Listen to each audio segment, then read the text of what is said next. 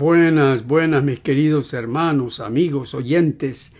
Gracias por sintonizarse a su canal del pastor Haroldo Camacho.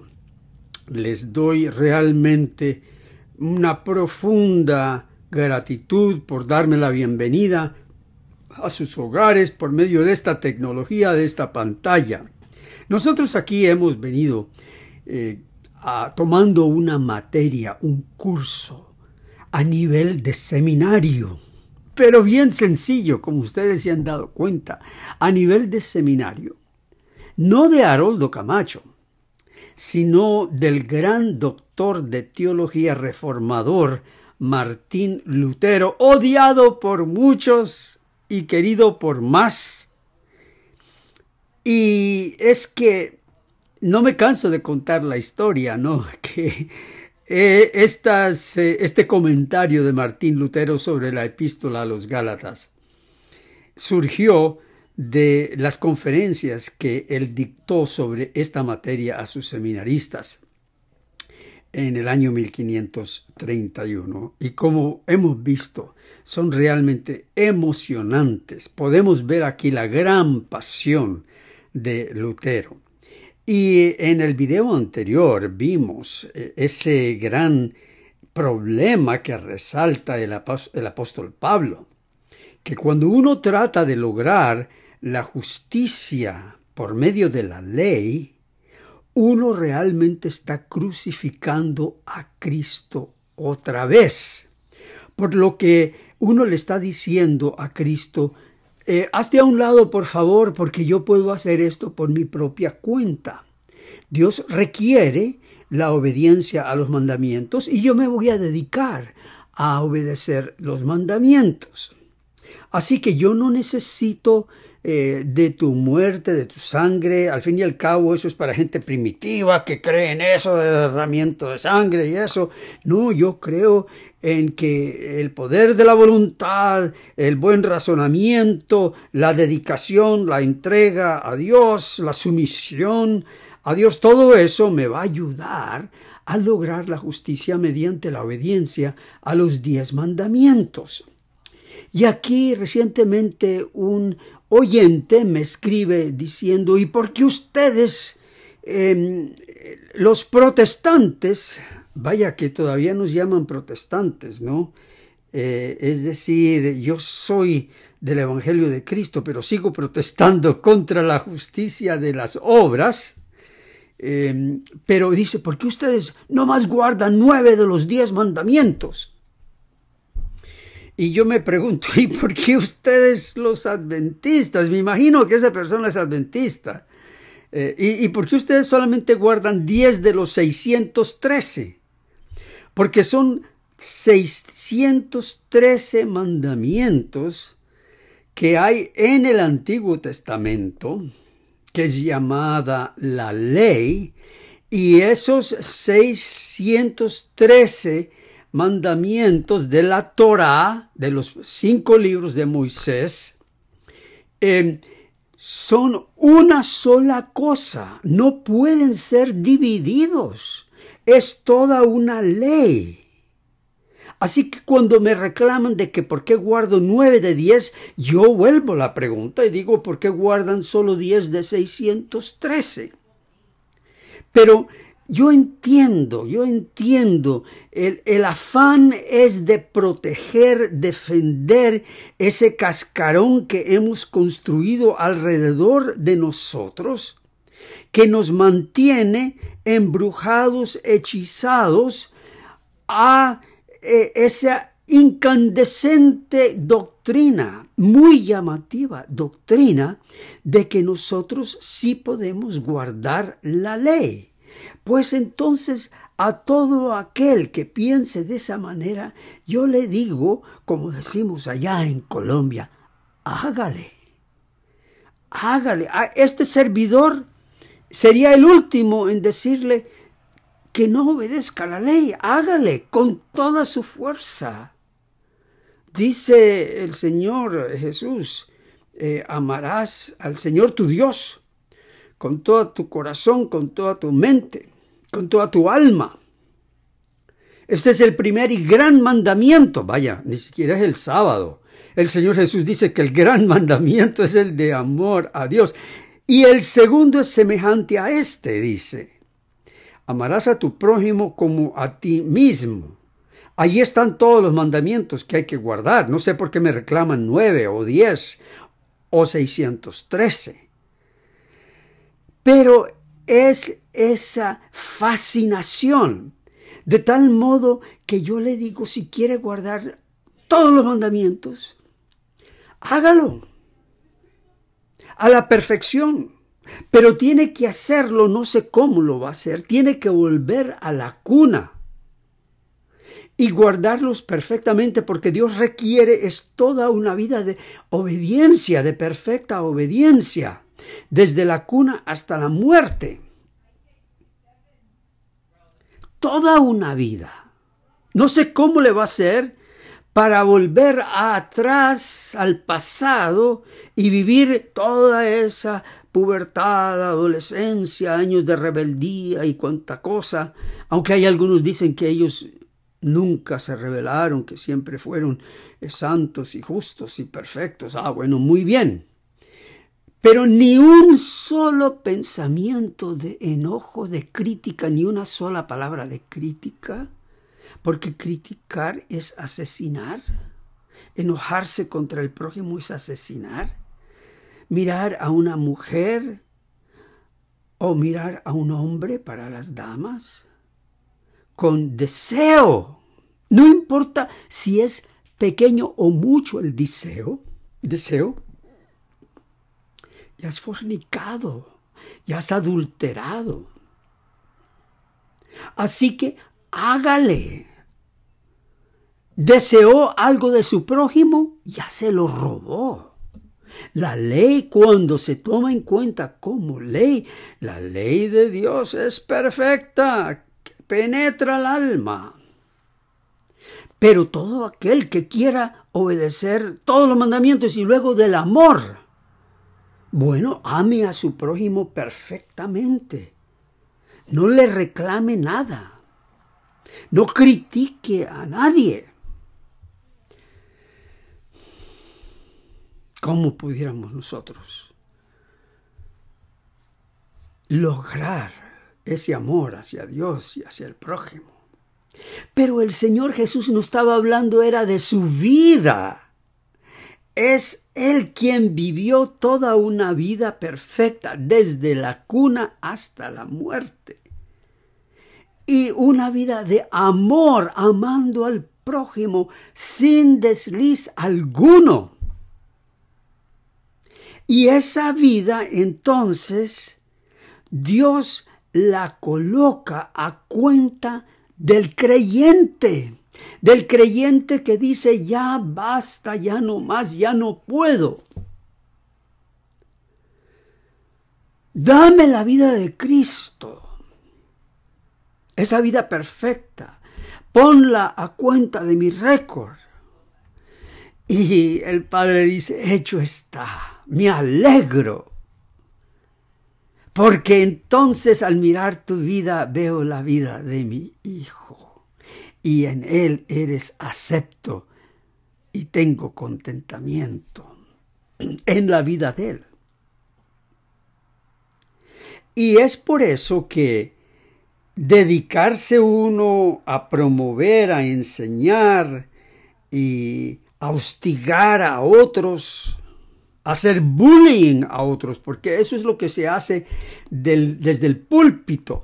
Se hace bullying para que obedezcan la ley. Se hace como Nehemías, que agarraba a los hijos de Israel por el cabello y les decía, obedeced la ley del Señor. Ese es el, no sé cómo le llaman en español, el manoteo, el bullying espiritual. Pero el Señor no quebranta la caña cascada, no la quiebra más. El Señor fue esa caña cascada que fue quebrantada por nosotros. Entonces aquí el argumento del apóstol Pablo, que lo toma Martín Lutero en esta clase de Gálatas, como lo haría cualquier profesor. No sé por qué le caen tan fuerte a Martín Lutero, pero cualquier profesor toma un texto de la Biblia y le saca el jugo, lo exprime. Y eso es lo que Lutero hace acá en Gálatas, en todos estos textos. Los exprime. Y dice aquí que Pablo aboga con estos dos argumentos y los remacha en la cabeza de los Gálatas con mucha diligencia. Primero, están tan hechizados por el diablo que son incapaces de obedecer la verdad que está tan clara ante sus ojos. Ese es un hechizo, cuando uno tiene algo delante de los ojos y no lo puede ver.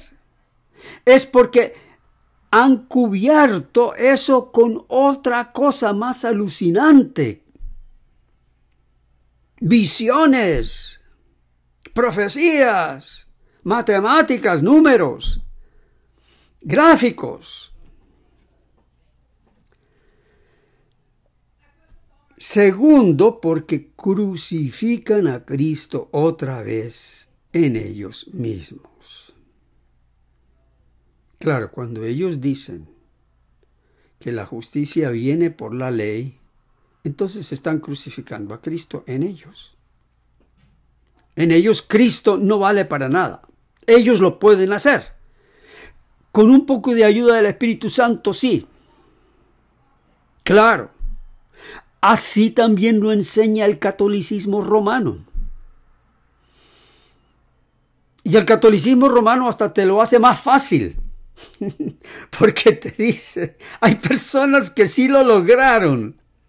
Santo no sé quién y santa no sé cuándo. Entonces tú tomas de los méritos de ellos, tú tomas de las virtudes de ellos, ni siquiera del Espíritu Santo, pero claro, eso fueron virtudes que ellos obtuvieron por el Espíritu Santo. Es decir, este asunto de las obras no tiene fin. Por allí me escriben algunos hermanos, que creo que son adventistas, pero pareciera que fue un cura católico, un sacerdote o algún teólogo católico romano que escribió esas palabras, porque hablan del fruto, de las obras, de la necesidad de que con la fe vengan las obras, porque una fe sin fruto es espuria, es muerte. Eso se encuentra en los escritos devocionales de sacerdotes católicos romanos. No hay diferencia alguna. Ustedes toman algunos devocionales escritos por alguien en alguna secta y los comparan con el romanismo. Es casi como si hubieran copiado, copy and paste, copiar y pegar. Dice, estas parecieran ser palabras simples y sencillas y sin gran elocuencia, pero ciertamente son tan poderosas que sobrepasan toda la elocuencia del hombre. Solo en el Espíritu se puede comprender cuán grande es la impiedad de procurar ser justificado por la justicia de la ley. ¿Entendieron? Es una impiedad, es un pecado, es una señal de ser impío. Impío quiere decir rebelde contra Dios, incrédulo de Dios. Es una impiedad procurar ser justificado por la justicia de la ley, porque eres un idólatra. La ley está muerta. La ley es piedra y tallado en piedra. Por eso es una impiedad, porque muestra la perversidad de nuestro corazón, por la justicia y los méritos del hombre. Pues como dice Pablo aquí, no es nada más sino estar embrujado por el diablo. Ser desobediente a la verdad, ahí está. Si las sectas quieren que nosotros seamos obedientes ¿Dónde está la obediencia? Me escriben aquí algunos hermanos, algunos oyentes. ¿Usted no pide la obediencia? Claro que sí la pido. Aquí no es que yo la pido, sino que es el apóstol Pablo y Lutero los que piden obediencia a la verdad. ¿Cuál verdad? Que Cristo es el enviado de Dios, es el designado de Dios para que tus pecados y los míos caigan sobre Él y su justicia caiga sobre nosotros. Eso es sencillo. Pues como dice Pablo aquí, no es nada más sino estar embrujado por el diablo, ser desobediente a la verdad y crucificar a Cristo nuevamente. Y luego Lutero hace una pregunta que sale de su personalidad, porque Lutero usaba mucho la ironía y el sarcasmo. Y aquí yo me imagino al doctor Lutero haciendo una pausa. Y claro está, todos están atentos sobre él. Y luego con una media sonrisa pícara les dice: ¿no les parece muy buenas estas recomendaciones a favor de la justicia de la ley y de la justicia propia? Como que tratando de decir lo opuesto, ¿no? Pero como para tener un intercambio así con sus alumnos, que romper el hielo un poco, romper la tensión, él usa aquí el sarcasmo. Bueno, y ustedes ven entonces aquí que ya terminamos la conferencia 14. A pesar de todas las interrupciones que tuvimos, la conferencia 14, ahora pasamos a la conferencia 15, la cual dictó el reformador el 22 de agosto de 1531, y este video está siendo publicado, creo que va a ser el 28 de agosto, casi una semana, sí, después de que Lutero, 492 años después de que Lutero dictó esta conferencia. Y él pasa adelante, ¿no? Y la razón por la cual yo sé que aquí él comenzó una conferencia es porque en los apuntes de Georg Rohrer, que fue el principal secretario, el amanuensis, el que tomó las notas y las juntó, él puso en letras romanas bien chiquitas. Yo las encontré un día estudiando esos apuntes porque son todos en latín. Afortunadamente están en el internet. Y además del texto en latín, yo veía de vez en cuando unas letritas chiquitas en números romanos. Decía, ¿qué es eso? Y me puse a curiosear y es una fecha. Yo dije, esa es una fecha, ¡eureka! Pero no estaba seguro. Ya sabía que habían sido 41 conferencias y me puse a revisar todo el documento otra vez. Es larguísimo. Me puse a revisar todo el documento buscando las fechas y efectivamente habían 41 fechas. Y no hay ningún otro comentario, ninguno de los comentarios en inglés, porque sí hay comentarios en inglés de Gálatas, son comentarios antiguos. El lenguaje o es el inglés antiguo, muy parecido al inglés que se encuentra en la Biblia antigua, la King James Bible. O si no, hubo un buen traductor, Jaroslav Pelikan, que tradujo los escritos de Lutero del latín al inglés, pero él les lo convirtió en un escrito académico y le quitó este rigor de pasión, el lenguaje del pueblo que retuvieron esos tres muchachos. Y ellos no cambiaron nada, ni Lutero cambió ese estilo. Es un estilo que se escucha mejor, es un estilo para hacerlo en voz alta, y es una de las razones por la cual yo estoy haciendo esto aquí en voz alta. Y al traducirlo al español yo traté de retener un poco, aunque es imposible, retener un poco ese estilo del reformador hablando en lenguaje sencillo, aunque de vez en cuando ustedes van a ver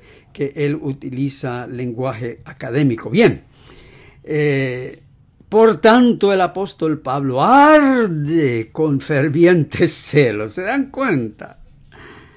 Y con amargas palabras reprocha y condena la fe y la confianza en la justicia propia. Ojo ahora, para que no sea Lutero malentendido, ni este servidor tampoco.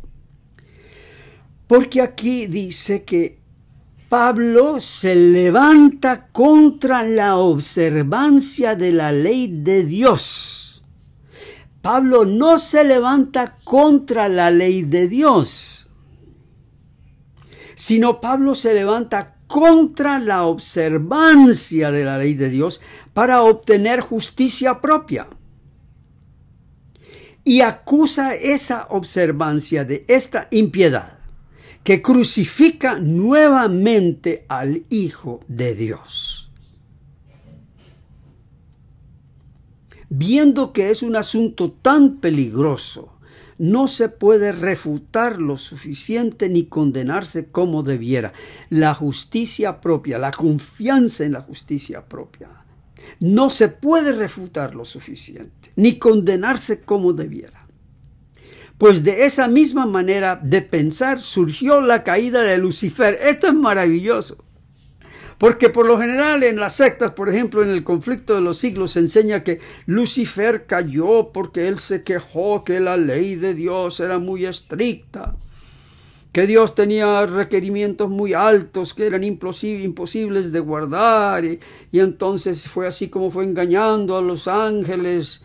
Y bueno, pero aquí el otro lado, el otro argumento de la caída de Lucifer es que él se llenó de confianza en justicia propia. Es decir, él llegó a pensar que la justicia que él tenía por dentro, que la perfección y la belleza, que él había adquirido eso por su propia obediencia. Y es esa manera de pensar lo que lo llevó a su caída. Jamás se puede recobrar tal pérdida. Y de allí que él usa palabras tan tajantes y cortantes que ni siquiera escatima a la misma ley de Dios. Él dirige fuertes acusaciones contra ella, a tal punto que pareciera la está rechazando y condenando del todo. Fíjense bien, pero es la observancia para lograr la justicia. Trató de llegar lo más lejos que podía con este argumento. De otra manera no pudiera haber hecho frente a los falsos apóstoles, ni defender la justicia de la fe contra ellos. Aunque la ley es santa, justa y buena, esta se coloca la máscara de un personaje que fingidamente instruye en la justicia por las obras. Esta frase se puede traducir del latín al español también de otra manera, porque ustedes saben cómo un idioma tiene más de una manera de traducir sus palabras a otro idioma. Aquí también se puede traducir en el latín, aunque la ley es santa, justa y buena, esta se coloca la máscara de un saludador que aparenta invitar a la justicia por las obras. Es decir, ustedes han visto esos saludadores que hay frente a las iglesias, a los centros comerciales. Eso lo ha habido por mucho tiempo, lo había desde el tiempo de Lutero y antes, que se paran allí y le dicen, venga, venga para acá, venga para acá. Entonces, Lutero compara la ley como si estuviera invitando a la gente, pero enmascarada. Dice, vengan acá y yo los voy a instruir en la justicia propia. En cómo lograr la justicia ante Dios. Vengan, vengan, vengan. Pero la ley hace eso de adrede. La ley busca todas las maneras de hacernos caer de nuestra justicia propia.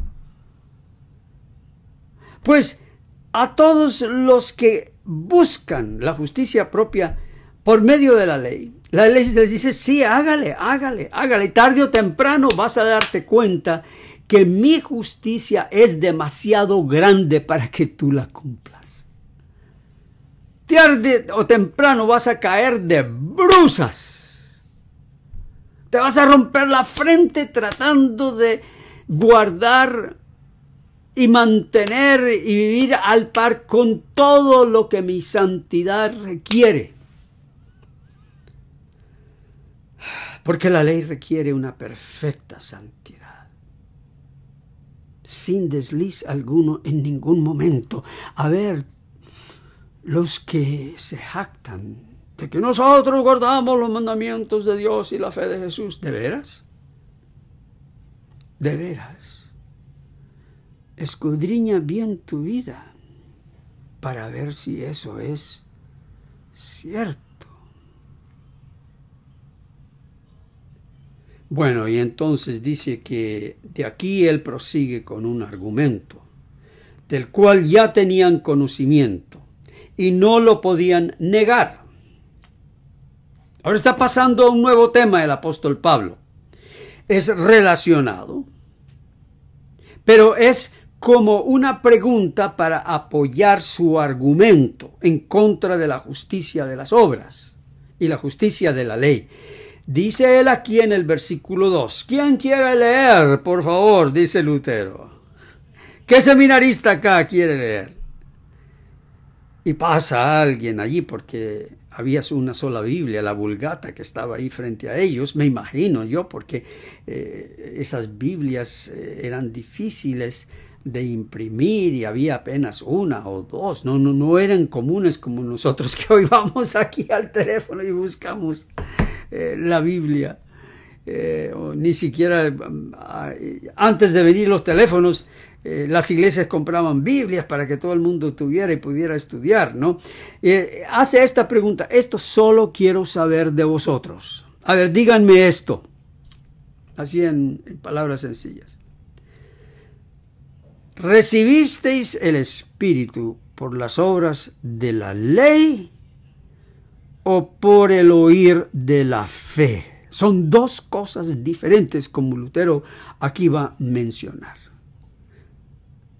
Él les recuerda de una experiencia anterior. Ellos habían recibido el Espíritu Santo. Había señales fuertes y poderosas que ellos habían recibido, las primicias del Espíritu Santo, dones del Espíritu. Y Pablo les pregunta, ¿ustedes recibieron el Espíritu Santo por las obras de la ley o por el oír de la fe? Yo me recuerdo que en mis tiempos de pastor adventista, joven pastor, y yo creía todo, quería creer todo.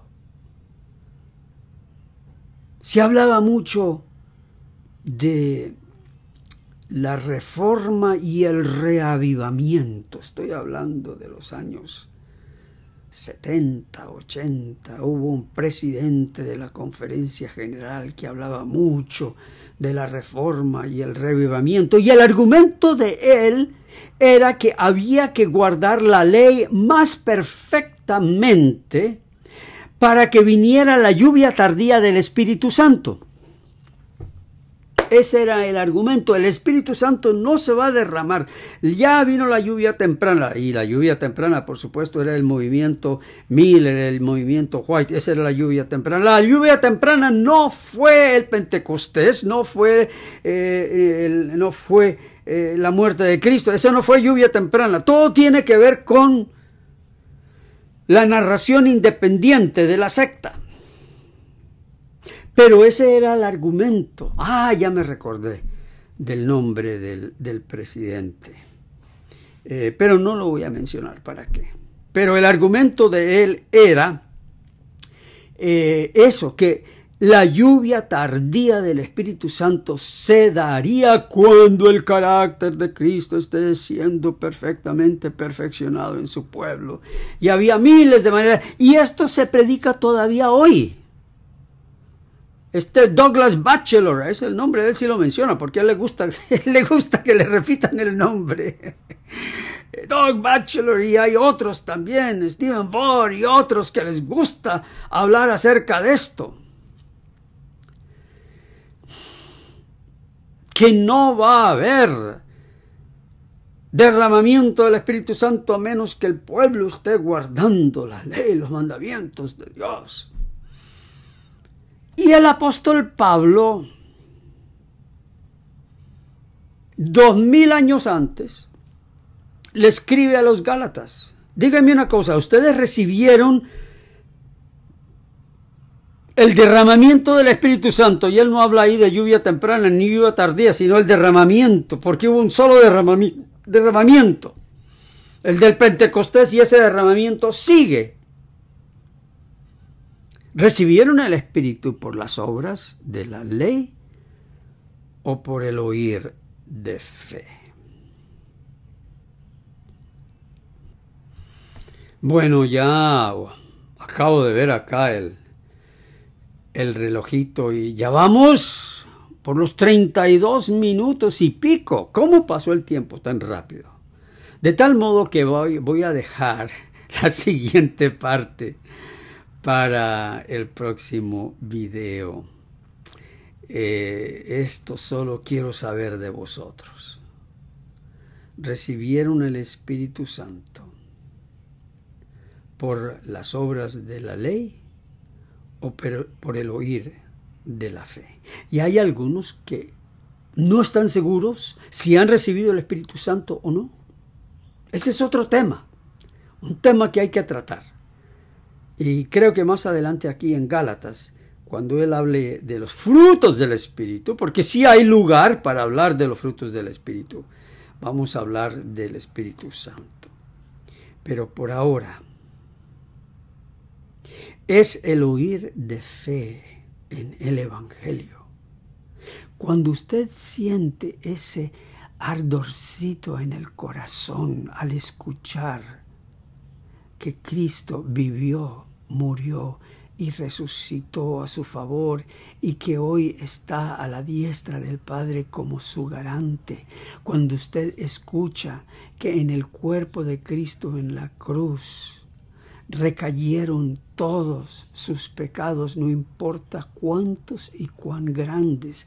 Cuando usted escucha que fue por la gracia de Dios, sin merecimiento alguno suyo, que Dios entregó a su Hijo para darle toda la riqueza y el tesoro de la justicia de Cristo. Cuando usted tiene ese ardorcito en el corazón, ese respiro de paz, de alivio, es porque usted ha recibido el Espíritu Santo. Alabado y glorificado sea el nombre del Señor Jesús, ahora y para siempre. Padre, bendice a esta hermandad y amigos y creyentes que están escuchando, que su corazón se llene de este ardor de que la muerte de Cristo, su vida perfecta, todo fue dado por pura gracia, para que ellos te acompañen y nos acompañemos en una santa y alegre congregación junto a ti por toda la eternidad. Bendice sus hogares, bendice sus trabajos, bendice sus cuerpos, dales paciencia, dales fortaleza en todo, Señor, para que sigan teniendo más y más fe en este Cristo resucitado para el perdón de nuestros pecados. Alabado sea el nombre de Jesús, y es porque lo pedimos en su santo nombre. Amén.